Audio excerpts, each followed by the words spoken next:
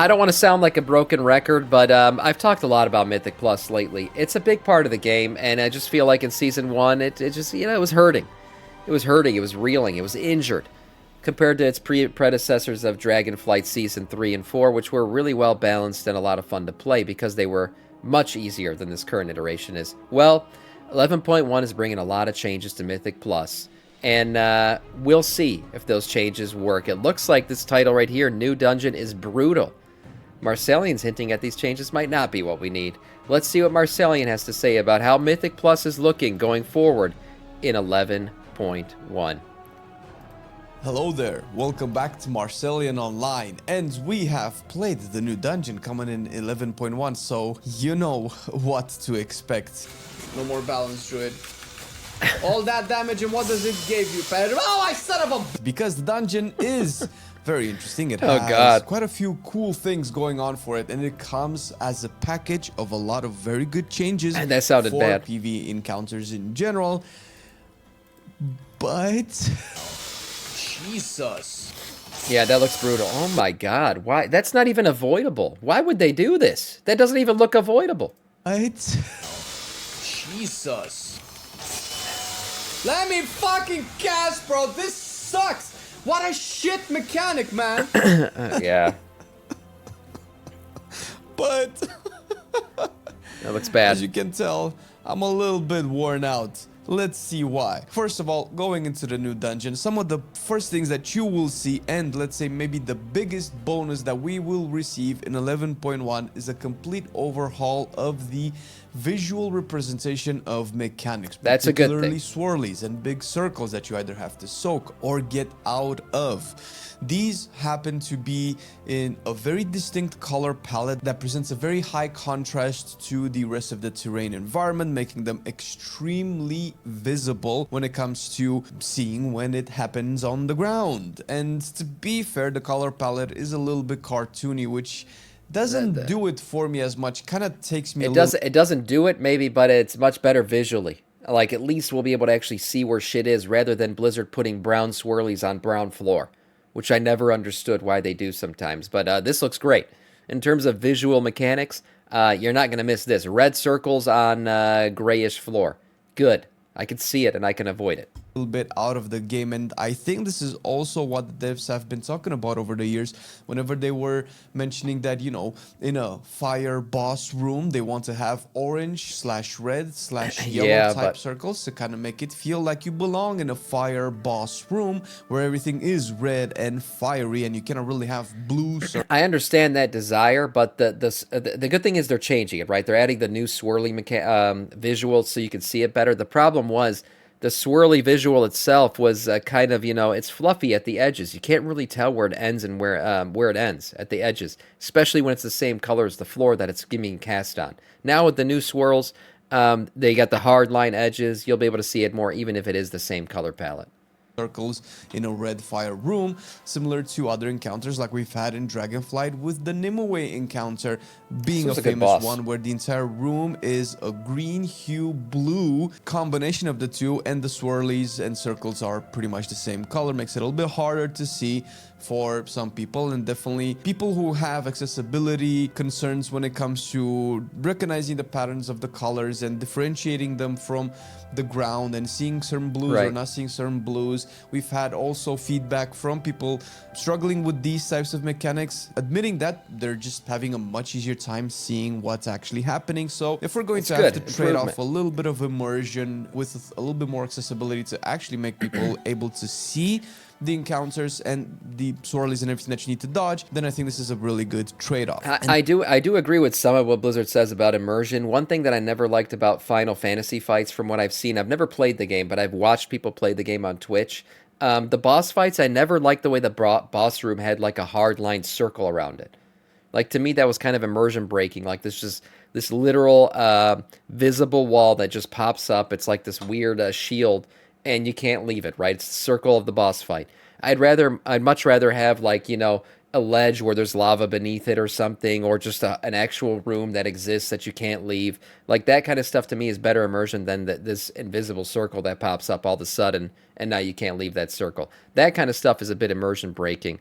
But swirlies that are a better color when it comes to their contrast with the ground, to me, is not too bad. I understand electric swirlies for, blue and fire swirlies for our red. That kind of stuff makes sense. Just make it more, visible, which they did with these new circles. So that's a good improvement. This is just the start. We can only assume this those will look happen much in better. the raid. By the time you see this video, the raid testing will probably have started and we will have confirmation on whether or not these swirlies and these mechanics in this visual representation will happen in the raid as well. I don't imagine this will be particularly difficult to implement, It will. even if it's not part of the... If you've seen the raid at all, you've seen some of the previews, you can see these exact same swirly colors being used in the raid. So initial raid it'll testing, carry since over. they have retroactively changed the animation of ground effects in the past as well. All in all, to keep the long story short, you will be able to see swirlies a little bit better. What remains to be tested, since we're not fully out there yet, is will these swirlies be obstructed by other ground effects like famously the Unholy Death Knight's Defile? Stay tuned, maybe watch our stream on twitch.tv/MarcellianOnline, where we will continuously stress test. There's only one dungeon that's been on the entire week on the PTR, which is why we're also going to talk about the actual dungeon itself, just to get the cool stuff out of the way, because not everybody's probably interested in how this will actually play out in the M+ situation, because we will get to that as well. The dungeon design is actually really cool. It's really dope. It's kind of what I would have expected. This is the operation. Yeah, it is. It's Operation Floodgate. This is the new dungeon that's being added, and it's being not only being added to the game, it's being added to rotation the same season. So that's the first time we've seen that. From a goblin-themed dungeon, you have big robots that you have to fight. You have a lot of bombs and grenades you have to dodge, lasers, fires, explosions, nukes, and goblins fucking up the environment with some elemental bosses that are like, why are you digging into the earth again? That's basically the third boss, Swampface. In terms of the design and the mechanics that are present, overall, it's fun. It feels fresh. It feels new. And let's say the best thing that this dungeon has going for it is that it's an open dungeon and you can go to any boss you want, more or less. You can actually get into the dungeon right now. It's, in the theme of the patch is happening. I mean, the Onaharan Plains were kind of the same thing, right? That dungeon, but man, I hated flying around in that damn place. It was just annoying as a tank because, you're hoping everybody kind of knows where to land, and typically as the season carried on, people started to know, okay, we got to fly here next. So it was an open dungeon, but the path was kind of solidified in Mythic Plus, and if you didn't follow the path, people landing in different spots would wipe the entire group. So open dungeons are nice, but when it comes to Mythic Plus, the truth is there's only a single way to do it, because if everyone's not on the same page and the group splits up, you're dead. Deeps. There's two accessible bosses. You can go to left or right, whichever way you want. You can pull any packs you want, supposedly, because we still don't know yet. There's actually the freedom of choosing where you get your 100% trash clear, so that you can choose which ones you want to do and which ones you're not, because the second half of the dungeon is very, very linear, so you don't really have a choice there. It's like two choices. Now, with that out of the way, let's talk about the bosses real quick. Big Mama is my favorite boss. At least in the name. It's a goblin chick inside of a big robot, which basically confirms you will get Tinker. Yeah. Yeah. No? Just me? Yeah. Anyway, no, all of the bosses are essentially Tinkers at this point. We should get Tinkers. By the way, everyone's so quiet today. This is eerie, man. I'm just talking to myself. Where are you guys at? The swirls on the ground, again, look great. Big Mama the boss. Some of these mech suits, I believe some of these dungeons are going to drop mech suits. We just went through it. There's like 8 different color variations in terms of mech suits that we'll be getting during this season. So if you're a lover of that stuff, you're going to enjoy it. Who cares even? But the boss is actually really fun. It summons a lot of ads. It's like 80% of the boss fight is full on 4 or 5 targets AoE.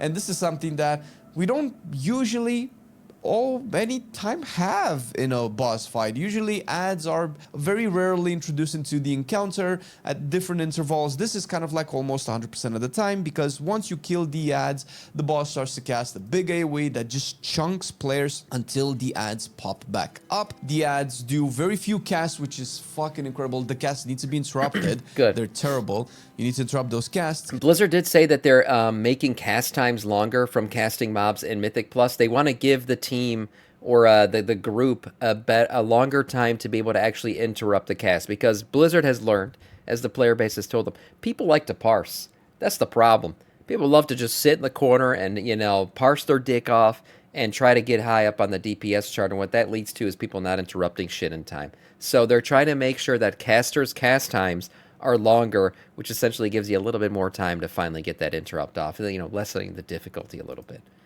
But they're very far and few in between, so yay for that. And to be fair, the entire trash of the dungeon doesn't have that many interrupts that go for it, so this is a big plus that, now that I'm thinking about it, actually seems to be in response to the criticism that we have had for the Season 1 dungeon pool, where it just felt like we just have to interrupt all the time and we never had enough interrupts or enough CC to stop these casts, which in and of itself means that there's more room to add casters into your composition, because casters are obviously historically very bad at interrupting. They have the longest cooldown on their interrupt tracker, so now you can probably play your mage, your warlock, your priest even better and not have to worry that you're dragging your team behind because you don't have enough interrupts. This is good. Yeah, good. This is good. Now this is the first boss, Big Mama. There's a bunch of trash that goes in. I'm not going to talk about everything. There's probably other content creators that will do a much better job at telling you all the mechanics. Oh, I just want to throw this out there because there's some guy who keeps commenting that all I do is ever say that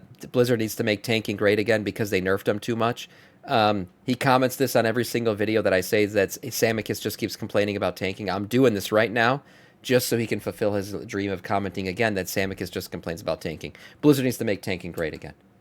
That'll make these things much easier. I'm just going to say that.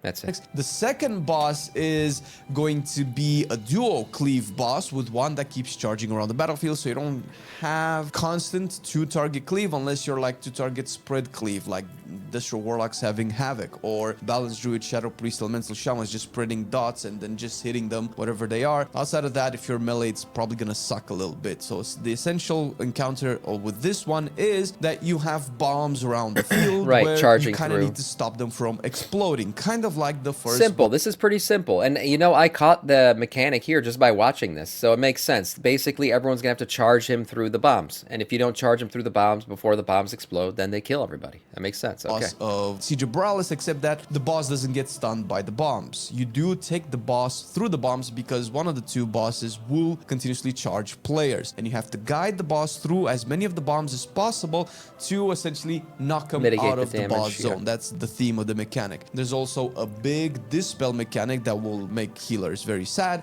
That needs to be placed on the bombs, and once you dispel it, the bombs get knocked up into the air again, and that's essentially how you clear the entire bombs. If a bomb goes off, it applies a heavy dot that doesn't necessarily wipe you, but it will be a bitch to heal, and your healers will confirm this. And the other boss will continuously shoot lasers that I believe you can still aim at the bombs and clear them, but I'm not 100% sure. It doesn't feel like this is intended, because you do, with the charges and the dispels, you have enough to actually clear all the bombs. You cannot walk into a bomb to detonate it yourself, however, and you cannot immune it. So it is what it is. And before we go to the third boss, which is Swampface, I do have to say that even though some of the things are pretty good and they're nicely designed so far, there are a couple of fights and one particular mechanic that is going to the little saw one, pun intended, your face and everybody else's face. How is this avoid? See, this is a problem. I can already tell from this mechanic. It's not, like, no matter what you do, it is not completely avoidable.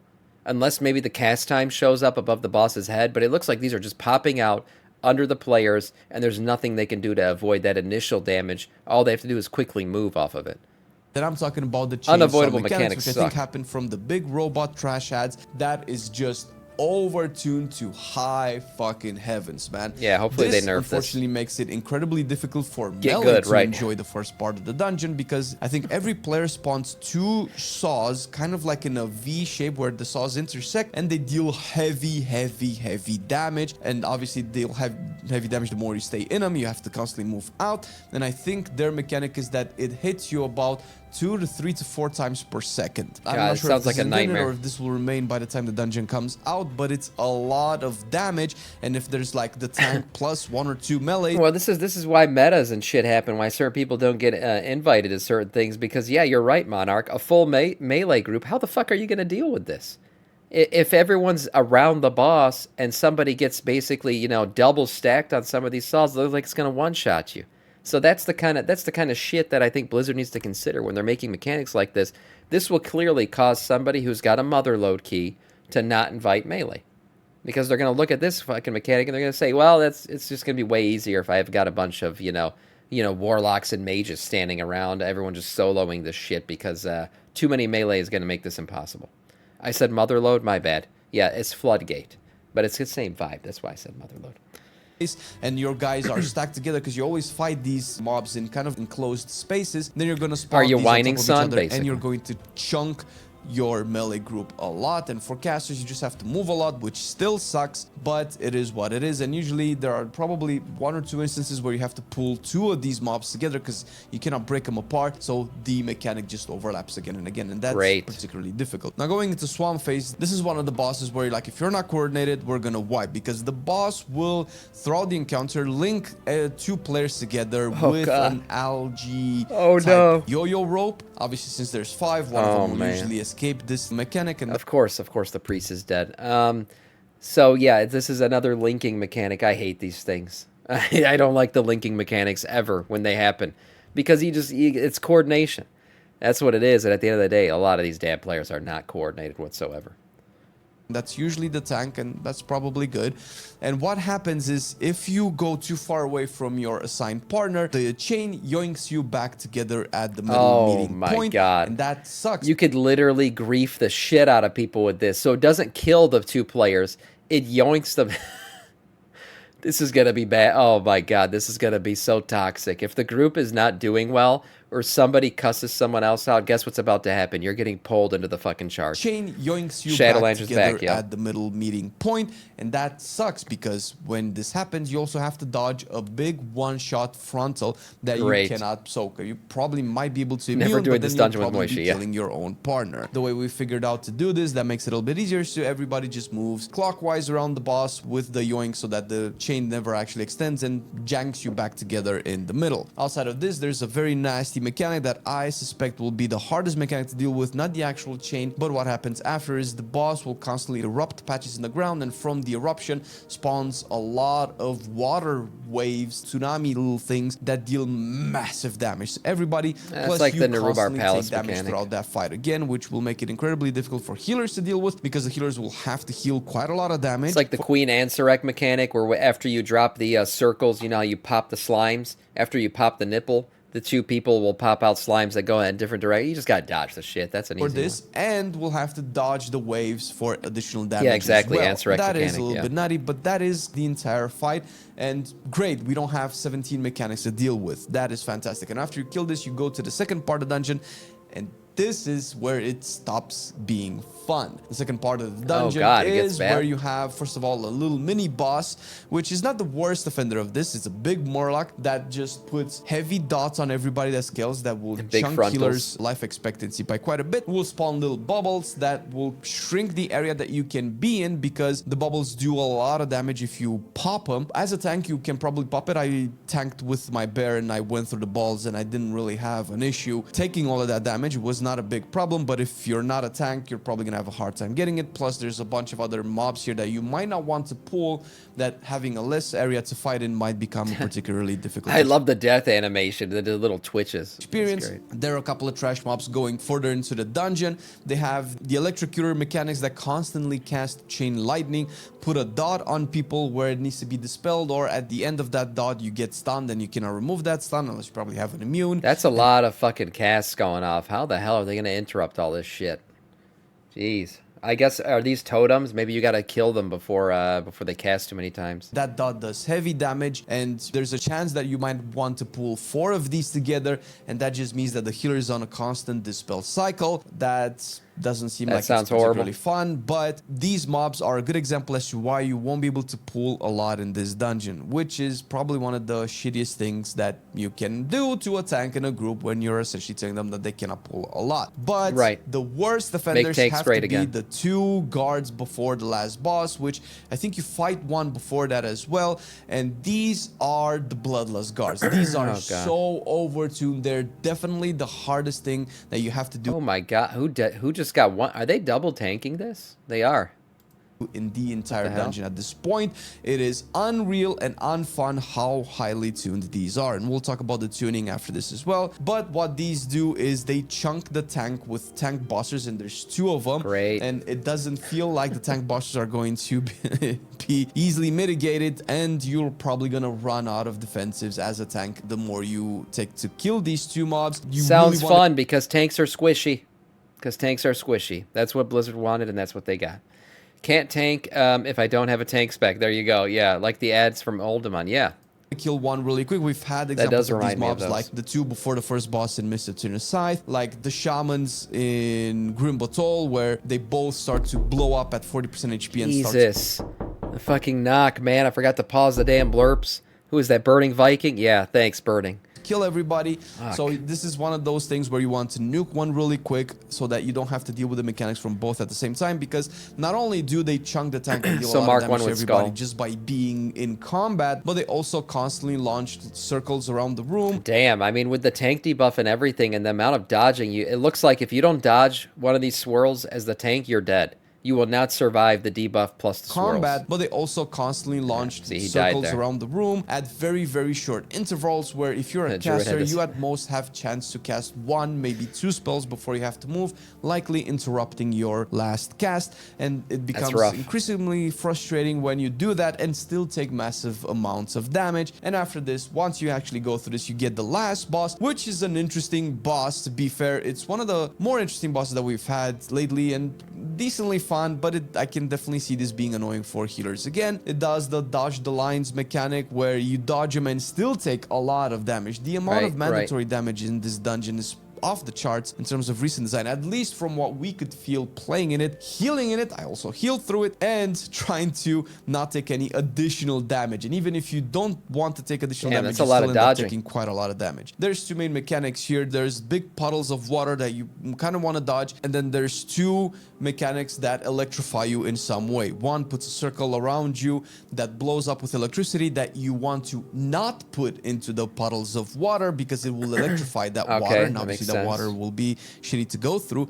And most of all, because you have the second electrified mechanic where a ball of lightning jumps around and chases you throughout the battleground, and it does this for every player in the party. So, and you want to guide that little bomb into a water puddle so that you can get rid of the lightning because it chases you endlessly. If you electrify the puddles with the... So you got to drop the electric balls in the puddles, and you don't want to waste your puddles basically with the electric circle.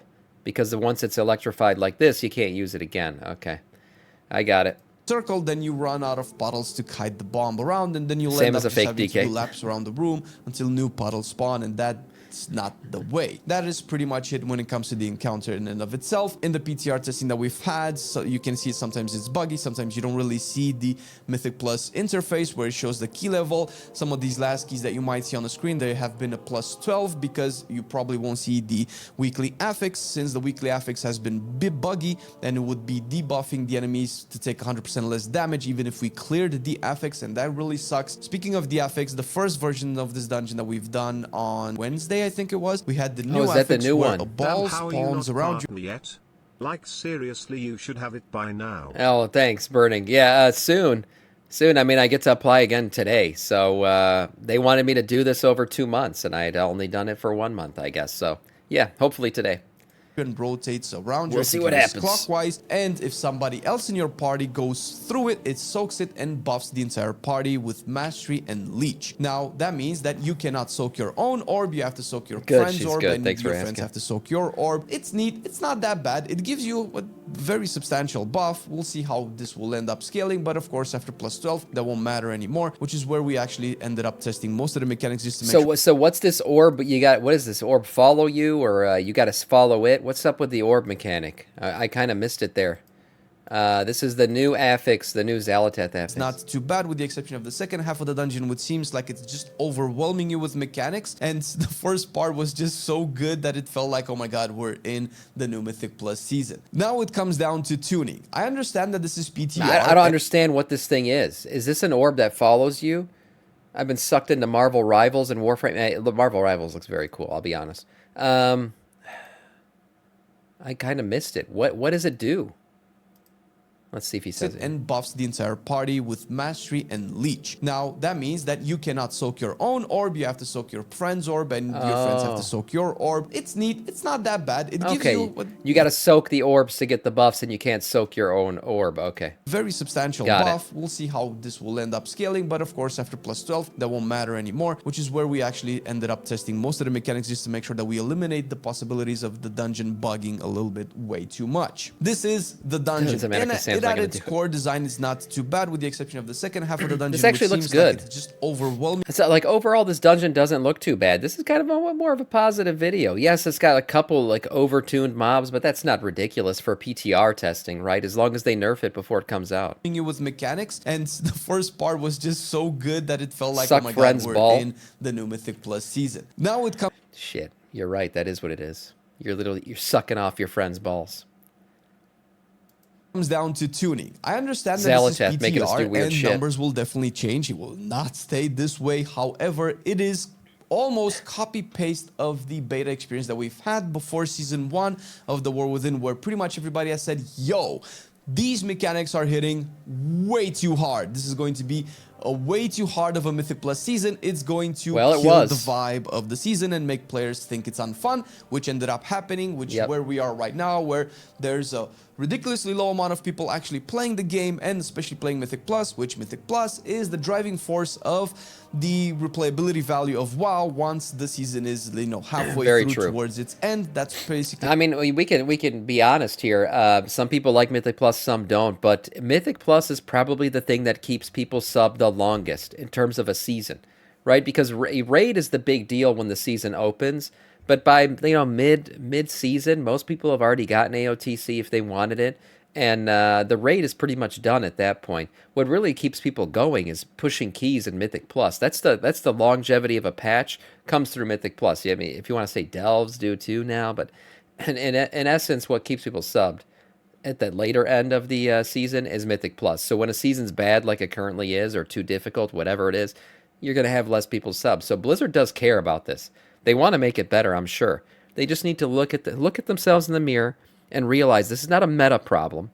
This is not a dungeon pool problem. This is a difficulty problem.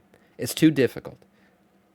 And I see people comment, "Oh, get good, this and that." Look, everything from percentage of participation, which is extremely low, over 50% of players haven't even done a +2, to the current meta issues. It's not actually a meta issue.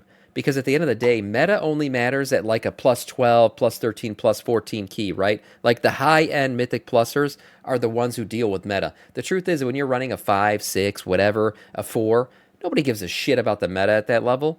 But the problem is, all those people, all those, you know, regular, I got a day job, I've got kids, I'm married, and all this shit going on, Andes, those guys aren't playing this season. So what's left? Only the high-end guys, which is why you see a meta comp that is at such a high percentage as compared to previous seasons. I think somebody said, like, meta usually is like, when something is meta, when it's like over 10% of the runs are the same makeup.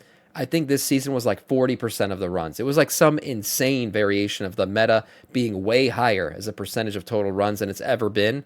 And that's because those people are the only people still playing the season, where the casual guys have all left, and the casual guys are the ones who break up the meta. It's the difficulty. That's the biggest issue. What people are still make it less difficult, more people playing play WoW religiously are Mythic Plus pushers, but now they're gone because it sucks, and this dungeon seems to repeat that cycle. Now, this of course is with the first impression. Of course, if they nerf it enough, I don't know why his this won't health be a bars are up problem, there because either. even if you dodge everything, even if you put your defensive properly, you still take so much damage, and I can definitely see that healers will feel like they're left behind in certain mechanics. At least your average healer, I'm an average healer, I'm not, you know, the top of the top. It feels overwhelming at times, especially if you don't know what it's doing, and this is a legitimate concern as to whether or not Mythic Plus Season 2 will be safe in general, since it definitely seems like we're repeating the same mistakes. Now, this is the first week where we only had access to this dungeon only. Starting with the next reset, we'll have access to, I believe, the War Within dungeons that are still left in the pool that we haven't had as Mythic Plus dungeons. We'll see how they end up being tuned, and then probably the Legacy dungeons will come the week after that, or these weeks will be in reverse, it doesn't really matter. But look, as long as they listen to the feedback, which they claim they're going to do, as long as they listen to the feedback, I think they will be okay. They tune some of this down, and it'll be in terms of aesthetics and like boss mechanics, it kind of looks like a fun dungeon. so far, it's not looking good, Chief. It is way overtuned, and the second half of the dungeon is just going to be a bitch to go through. I'm calling it right now. But this guy just wiped the party. I don't know if you guys saw this, but we just learned what this mechanic does. He popped the circle on 3 puddles. Look at this guy. He's got the circle, and once you pop the puddle on one of these, once you pop the circle on one of these puddles, you can no longer use it to clear the orb. Look what he does. Overtuned, and the second... Bam! He just fucking eliminated 3 of these puddles at once. Now this orb is going to infinitely follow him until he dies, or he takes it to this one back here. But he completely fucked himself. It's going to be a bitch to go through. I'm calling it right now. But he has to run to the far one. Did you have a chance to watch the dungeon, play the dungeon, maybe even with the PTR, since PTR is open to everybody? Let us know in the comment section down below, and maybe check this video out, because if the dungeon is not bringing any new players, the tier set bonuses might not do that either. So there's a lot of questions surrounding the next patch, and I don't know if I can honestly at this point recommend people play it. So yeah, look, overtuned in a PTR test realm, that's fine. Overtuned once the season drops, that's gonna be a big mistake. They need to, this season needs to hit like a fucking pillow. It needs to be soft. It needs to be, you know, easy. It needs to give you a feeling of comfiness and, you know, and rest. It should not be overly stressful. It should not be overly difficult. We've been dealing with that for an entire season now. If they want people to come back, this one needs to be absolutely perfect, right? Just nice and easy. Season 3 Dragonflight. Use that as inspiration.